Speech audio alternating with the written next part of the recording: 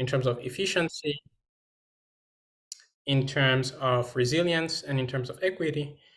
And what we do is to use insight from economics, operations research, and other fields to address these challenges.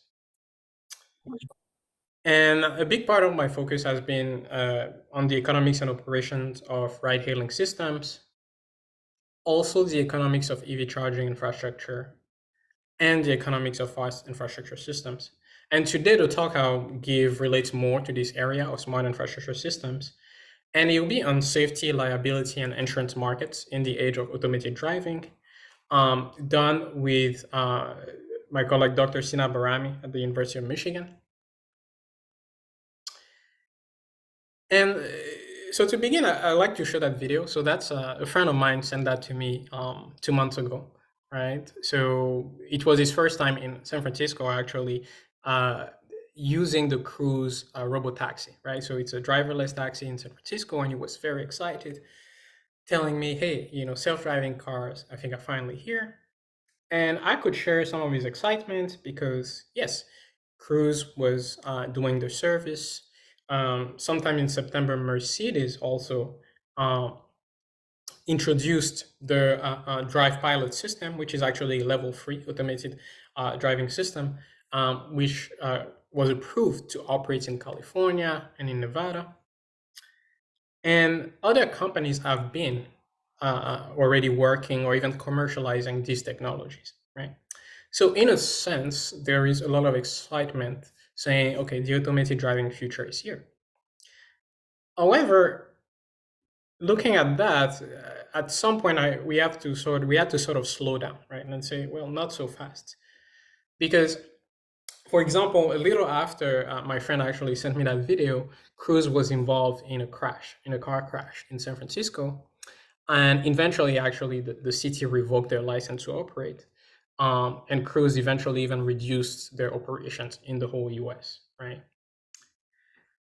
Tesla was involved in a few high-profile accidents also, right, which then gathered the attentions of regulators and lawmakers.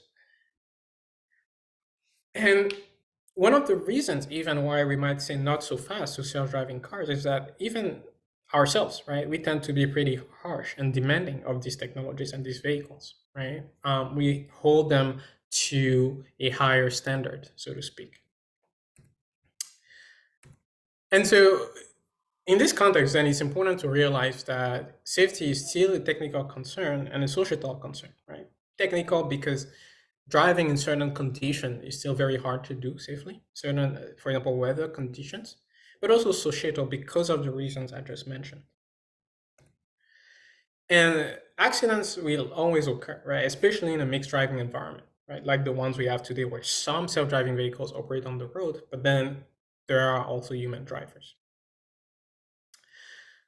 And so in this context, when accidents happen, who should be responsible or who will be responsible? So currently, when accidents happen, this is what we have, right? So customers usually, what we do is we buy vehicles from automakers, okay? And after we've done that, we now pay certain premiums to the insurers to get accident coverage. However, in the future, now automakers might actually provide both automatic technology and might actually cover accident costs or some of the accident costs. And so in this context, then, it might actually be that regular insurers for the auto industry sort of disappear, right, and become irrelevant. However, once again, not so fast. Let's not rush to that conclusion. And this is not a foregone conclusion because the legal environment itself might be inadequate, right? On the one hand, the way things have been happening with sort of automated driving technology is that automakers set the rules. Okay, so for example, in the case, for example, of BMW's driving pilot, they say, okay, if something happens, we give you a warning. You have 10 seconds. And after these 10 seconds, we're not responsible for whatever happens, right? We will not cover the cost of whatever happens outside of these 10 seconds. Okay, so that's the rule, for example. And so each automaker then gets to set the rule. And those rules might actually not be to the advantage of customers who then might want to then use regular insurance also. Also, even supposing, right, customers only use regular insurance and try to, for example, sue, for example, Tesla or Mercedes when there is an accident, it becomes a very costly process, right? And very uncertain, because not only you must say, okay, an accident has happened, but you must demonstrate that the automaker could have prevented the accident through reasonable means, right? So there was a reasonable effort that the automaker could have exerted that would have avoided the accident. And that's not very straightforward, right? And that can be time consuming and also financially consuming. And so, because of these two aspects, it's actually not clear, right, whether legacy insurance, so this the insurance as we know it, is going to disappear. And so, the first question we raise is: could legacy auto insurance, right? So, insurance as we know it, could they still have a role to play in the age of automated driving? Then I mentioned earlier that there are still some technical challenges, right, that self-driving vehicles might face. And so, in this context, what we could do is to actually assist them, right? So some have said, okay, you could equip the infrastructure, right, with sensors and cameras and lidars and so on and so forth, and those could help the vehicles by collecting some data, providing information, and maybe sometimes controlling the vehicles directly, right, to maximize the system throughput, so to speak. So in this context, then we end up with automakers, right, that provide automation. We have customers, of course, who exert the choices. We have insurers, and then we have what we call infrastructure support service providers. And who are those? Those are the ones who are going to equip and operate the infrastructure. And so, in that, what I refer to as the automated mobility market, now we might wonder about the relationships between the different participants of that market and how these relationships, right, are going to affect both the provision of coverage, but also the safety in the environment. And so in addition to the first question I raised about the role of legacy insurers, another question has to do with how the market structure, that is the relationship between the different agents in the automated mobility market, how these relationships are going to affect safety and liability, and also what sort of regulations could be put in place, right, to ensure that liability or insurance are provided optimally. Now, there has been work done in the area of liability and automated driving, especially in recent years, right? And oftentimes that work sort of made use of the product liability literature, right? And in that product liability literature, you have a manufacturer who manufactures a product, and depending on the level of care they put in the product, they can be held liable for whatever malfunction happens.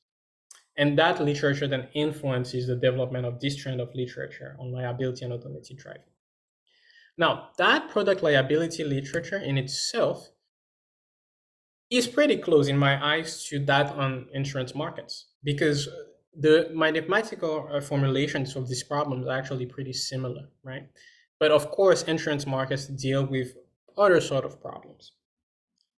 However, there hasn't been work that actually tries to bring those two together, right? And to say what happens to insurance and insurance provision in that age of automated driving. And so that's what we sort of want to do today. And so the framework here is, consider just a single road, okay? And we have vehicles going on that road, and we have auto manufacturers manufacturing these vehicles. There is a section of the road that's going to be administered by the ISSP, who is going to equip that section of the road. And then we have the legacy insurer who can provide insurance. And we assume that there is full automation in this context, okay? So no partial automation and no mixed driving. The decisions from the OEM and ISSP are going to affect the probability of having an accident, and legacy insurers can all provide some sort of coverage, right? ISSP also and OEMs also can provide some sort of coverage if they so choose. And what we need to do to study the market is specify the customer behavior. Right?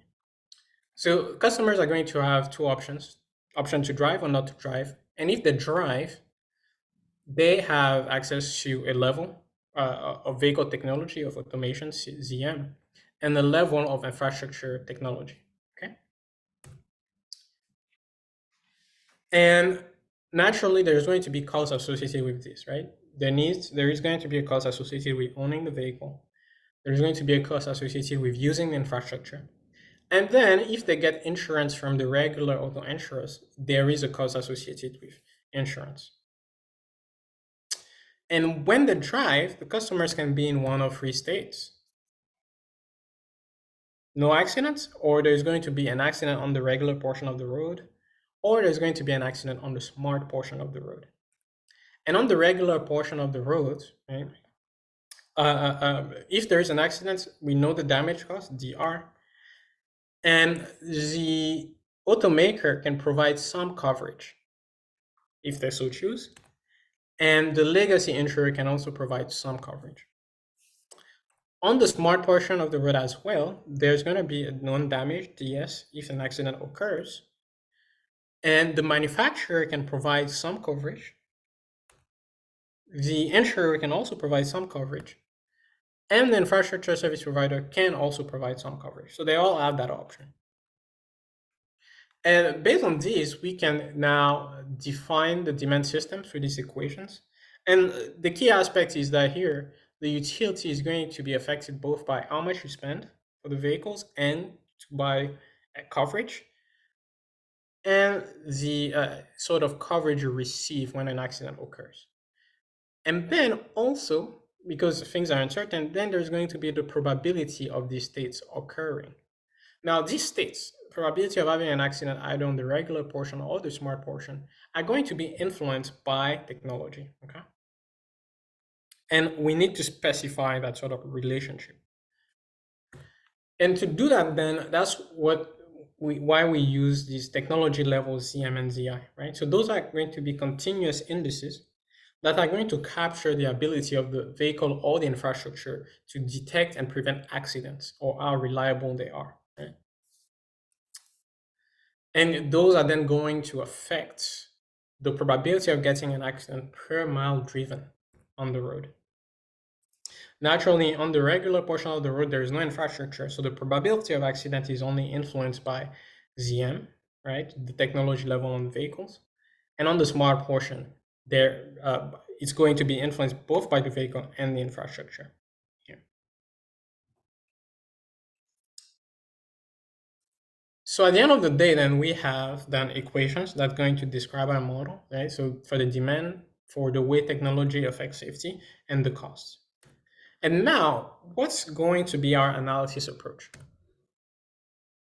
So what we're going to do is we're going to look at three different market configurations and compare, okay, insurance provision and safety in these configurations. On the one hand, we'll consider the integrated company, right? So we assume by integration that the OEM and the ISSP can coordinate their actions. Then we consider a Nash game without coordination and between these two agents, the OEM and the ISSP. And here, that's how we can better understand what's the cost of lack of coordination. And then we introduce the insurer, which then allows us to understand, okay, what's the cost of having or not having an insurer in that market? And then we can compare these three outcomes to the first best and think about policies. So when we do that analysis, let's look at the result, right? The outcome. So in this first column, we're going to have that integrated automaker and ISSP. And in this second column, we have the Nash game, right? Where there's no coordination between the agents, one with the legacy insurer, the other without the legacy insurer. What we find is in both cases, okay, the customer is going to actually be fully covered in case of an accident. When it's an integrated company, the company is going to pay for the full cost of accidents whenever they occur, right? It's going to be optimal for the company to do that. However, in the generalized Nash game, there can actually be multiple equilibria, right? And actually, some of these equilibria are not going to be desirable, and I'm going to show you why in a bit. And then the main source of inefficiency in the integrated case is actually pretty standard, right? It's just market power. So because there is one company, they can raise prices above marginal cost. And okay, this is pretty standard. In the case now of the Nash game, there's going to be two sources of inefficiencies. First, due to lack of coordination, for example, something that might benefit both the automaker and the ISSP is not going to take place. For example, if equipping, right? So what I could do is to have a sensor on the infrastructure and then a receptor for the information that sensor provides on the vehicle. Again, this improves safety for customers and is good for both parties. But because of the lack of coordination, neither is going to make that investment. More interesting is that free riding aspect, right? So some of these equilibria are going to have a feature of free riding, which means that as an automaker, for example, I can decide to make my vehicles not very safe, but I can also decide not to provide a lot of coverage. And this is what we're going to look at as something undesirable, right? Because naturally we think that it's fairer that you pay more if you're the party that's less safe or less careful. And we can illustrate those numerically, right? So the first section here presents values for the manufacturer. The second section, values for the infrastructure operator. The third section for the legacy insurer. And the fourth section presents utility, okay, that the customers can attain. And if we look at that first line, we see here that the coverage provided by the manufacturer on the smart portion of the road is going to be zero. No coverage providing on the smart portion. The infrastructure service provider also provides no coverage on the smart portion of the road. Okay, so all the coverage is actually borne by the legacy insurer. When we look in the second stage, however, in that second Nash equilibrium, right? So multiple equilibria, the second Nash equilibrium, what we see now is that the automaker and the infrastructure service provider both provide coverage. And because of that, there's the level of technology that they use is going to increase with respect to the first one, right? So before they could free ride, but in the second equilibrium, they actually have to pay up when something happens, and therefore they make their vehicles safer. And as a result, here the utility is going to increase, moving from 4,300 to about 4,700. And then there is yet again another equilibrium, right? Multiple of those exist. And then a fourth one, right? Where both the automaker doesn't pay anything, right? Both on the regular portion and the smart portion of the road. And the infrastructure operator and the insurer are the ones liable in case of accidents. So what we ask now is whether we can come up with a liability rule in order to avoid that first equilibrium, right? Because either of these four equilibria can actually arise. So is there a rule that we can put in place to actually prevent that first equilibria from arising? And the question we ask is, given desired technology and infrastructure indices, ZM star and ZI star, right? Can we come up with a liability rule that achieves ZM star and ZI star? And we're going to ask that question both in an environment with legacy insurer and without legacy insurer. And the answer is yes. So we're able to demonstrate and to derive sufficient conditions for such a rule to actually work. And the key mechanism for that rule to work is that you're going to penalize deviations, right, from ZM star and ZI star. And you're going to do that in a nonlinear fashion, okay? And what that rule is going to do is to also introduce a bit of coordination, right? By imposing that rule between the ISSP and the automaker. And so we can see now that once we implement that rule, we move from this state where you can have so many equilibria, some of which are actually low utility, to a state now where whether you have the legacy insurer or not, you can actually have the highest utility achievable, right? So in a sense, you've been able to avoid that first undesirable outcome. However, the key is here that you can do that whether there is a legacy insurer or not.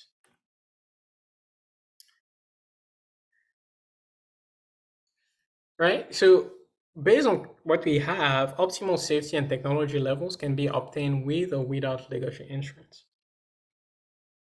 And so that means that in a sense, they are irrelevant, right? They gain no advantage, or there is no advantage that they can offer the customer, right? So they might actually disappear if we remain here, right? If we just based off of what we've seen so far.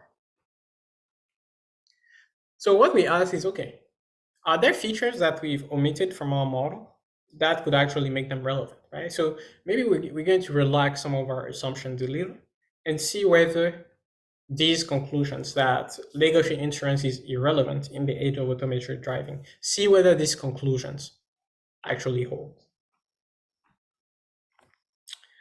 And the assumptions we're going to look at is regarding accident costs. So in our current model, right, the costs that you occur when an accident happens is degenerate, is deterministic. We know the costs with certainty in our model.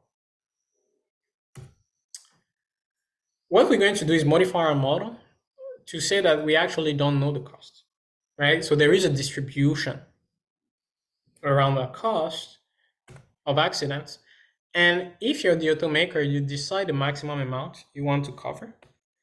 And then the legacy insurer also decides the maximum amount they want to cover, right? So that's now what we're going to introduce. So only the CDF of accident cost is known in advance. The automaker and the ISSP are going to choose the maximum coverage they're willing to provide. And then, if there is still room, legacy insurers are going to come in and provide some complementary coverage.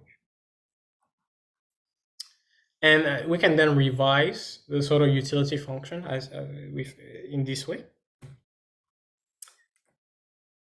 And now, under that aspect where cost is uncertain, can legacy insurers be relevant and improve the market? And what we show is that yes, they can still be relevant. And the reason is what's going to happen, right, is that when the legacy insurer is absent, the manufacturer doesn't have to provide a lot of coverage or can charge a pretty high price for pretty low coverage. However, now with the legacy insurer, now there is competition, right? There is competition in terms of providing coverage, and therefore this is going to benefit the consumer. Okay? So now insurers have a reason to be there. They actually can change the outcome of the market for customers. However, how much that matters is an empirical question, right? So we can say analytically there's going to be an effect. How big of an effect now is empirical. Okay, and so that's something we're going to have to look at in the future, right? Empirically, how can we measure the size of that effect? And so key takeaways here from the talk. So when I began first, I mentioned, right, without an appropriate legal regime, it's not a given that legacy auto insurance will disappear. Right? But even more so, right, certain features might actually still make them relevant. For example, and the feature we explored here is that of uncertainty in cost. Okay. And now I'll talk a little bit about the next steps here. So I mentioned or I brought up these indices, right? So an index that captures the quality of the technology on the vehicles, an index that captures the quality of the technology on the infrastructure, However, it's very abstract, right? What goes into it, right? How do we even get a value for that? So I think the next step, one of the next steps here for us is going to be to actually look at different technologies, right? So you can look at lidars, you can look at cameras, you can look at different combinations of technologies. And now using data also that helps you evaluate their effects on accidents, you can now go and construct these sort of indices, right? So that's going to be one of the first, the next steps that we explore, right, in this sort of area of research. Another aspect, actually, we have to do with information structure. So each of the parties involved, the manufacturer, the infrastructure support service provider, the insurer, and the drivers, they all have some information. And what they know, right, if they don't reveal it, can actually provide them some advantage. Okay, so maybe legacy insurers, because they've been in the business of insurance for a long time, they have a better understanding of accident risk, perhaps, right? But then manufacturers, when they have automated vehicles on the road, maybe they have better data on what actually happens, right? While someone is in the vehicle. And so how are these information going to play out in the market, right? And how are they going to affect things? And maybe should you have some rules that to facilitate or to encourage data sharing? So these are the two aspects that we might look at in the future, right? Looking at this research. And with this, I want to open the floor for questions. Thank you very much for taking the time to attend.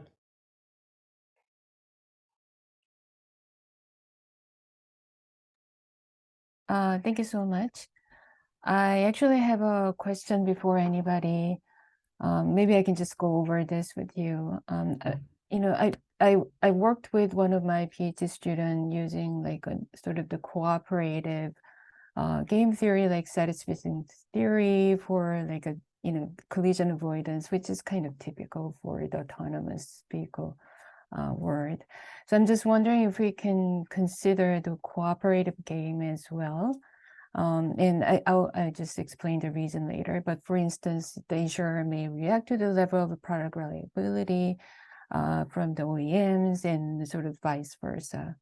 So taking apart from Nash equilibrium can be tricky, but we have to use a lot of assumptions as well.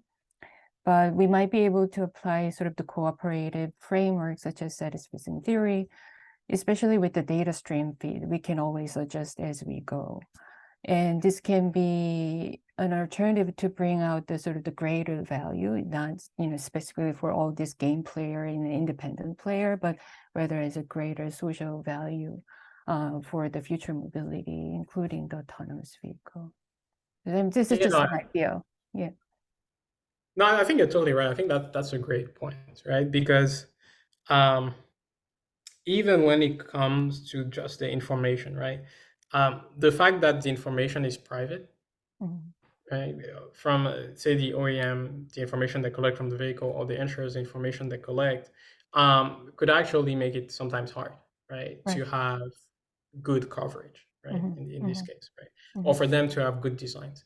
So Mhm. now to think about this context where there can be some corporations, or Mhm. where we look now at context where you allow, and even what's going to be the nature of that corporation, right? We can Mhm. even add more Exactly. structure to that, Yes. right? Yes. Mhm.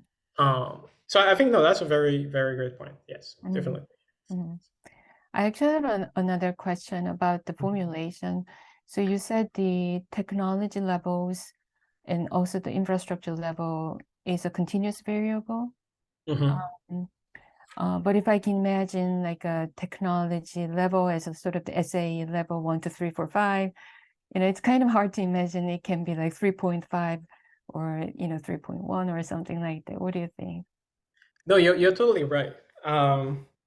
I think a lot of the things I do, I tend to make this continuous simplification just because it allows me to take derivatives. But in Mhm. practice, that's not really what we have, right?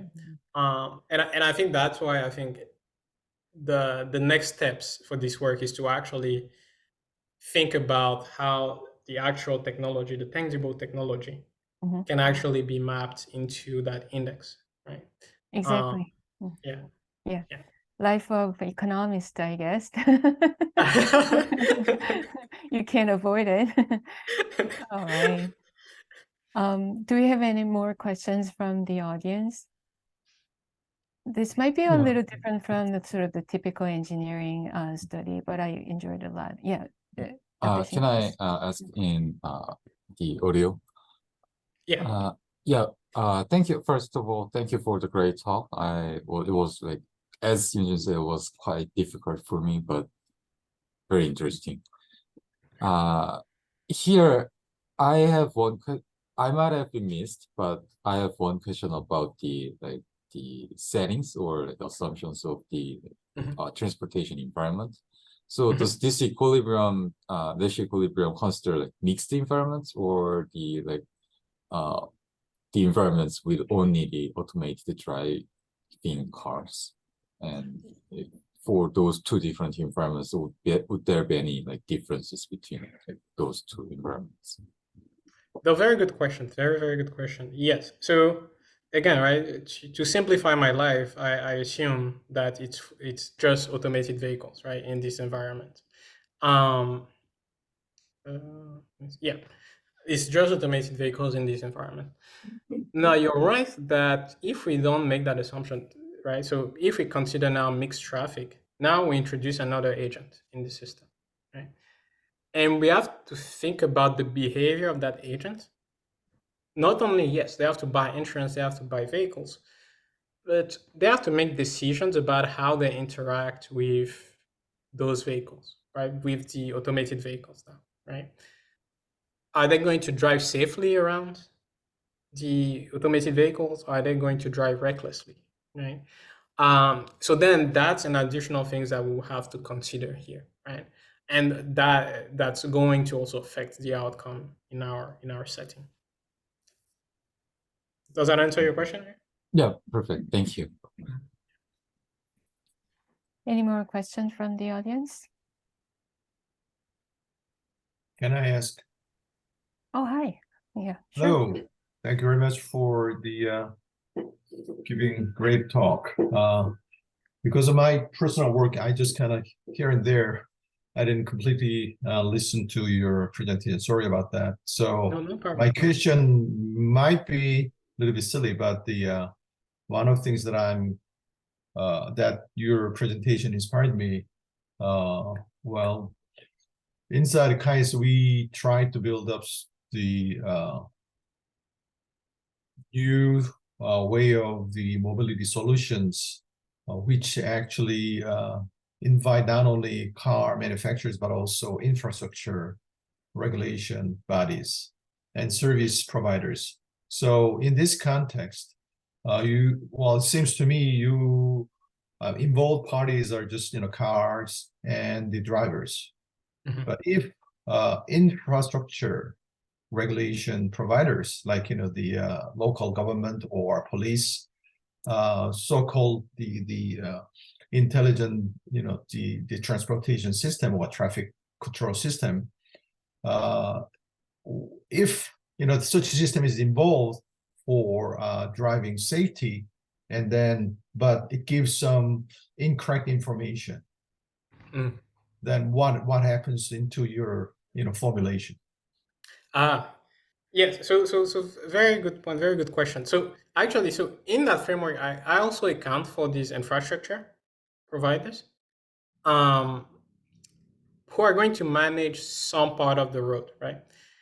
And the scenario you describe here in terms of what if they give some wrong information, um, I sort of abstract from it and try to capture it with these levels, right? That index for infrastructure quality ZI. Okay, again, this is abstract, right? And that's why eventually I think the next step in this research is to actually try and connect this ZI to what actually happens in reality, to the actual technologies on the infrastructure, right? And this would have to do, for example, what type of sensors you install, what's the resolution, how far Mhm. apart are they on the infrastructure. Okay. So in a sense, we can accommodate that, right? And I make a lot of simplifications here in terms of how it enters. but it's possible to incorporate it. Well, great. Does that answer? You're supposed to join, our consortium effort, because we try to have the collaboration NYU, so you should be invited into it. Yes, no, definitely. And I think, will you be coming next week or no? No. Because I know some faculty is coming, so yeah. Oh well, yeah, we sending a lot of the KAIST faculty to NYU, and we also expect to have you guys into our campus soon. Yes, definitely. That would be great. Yeah, thank you. Thank you very much. Thank you. I just got a new question from Gyeonghyun Park. I believe one of the key assumptions is the full automation. Full automation is sort of system level control, and it might optimize the system level objective like overall flow velocity. However, the system level control might conflict with the selfish objective, like the individual driver can choose the 106 kilometer per hour driving instead of following the fully automated, control, even though it harms the flow. Do you have a plan to add the customer's decision, which decides whether following automation driving or not? Interesting question. Yeah, very good question. I think yes, because in the current setting, can I move? Oh, yeah, okay, here. So in the current setting, having everything fully automated allows me to remove that one player, right? To say, okay, I'm not gonna have to deal with whether the customer takes very good care of the vehicle, whether they set the right settings, so on and so forth, right? And so in that sense, it's very convenient. In practice, yes, that could be an issue, right? Because unless, we all give an agency control of all self-driving vehicles, unless we do that, each of us individually would have some form of control. In this context, then, right, I would have to introduce here another player. Now, I think that's where also the last point I talked about, having to do with the information structure, might also play in, right? Because now the driver or the customer can make certain decisions that are going to affect the outcome, right? Maybe I set a very high speed, or maybe if it's a level 3, I decide to drive and I don't pay attention to what's happening on the road, right? So do we assume that the OEM is able to observe these actions? And if the OEM is able to observe these actions, does the OEM share that information with the insurer, or does the OEM even decide, okay, you did not follow instruction, therefore something happened, I'm not responsible, right? If the OEM observed that information.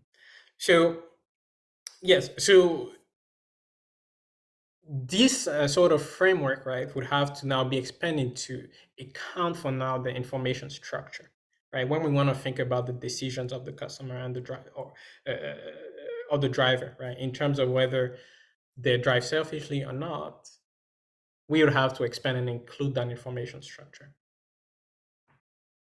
Does that answer your question?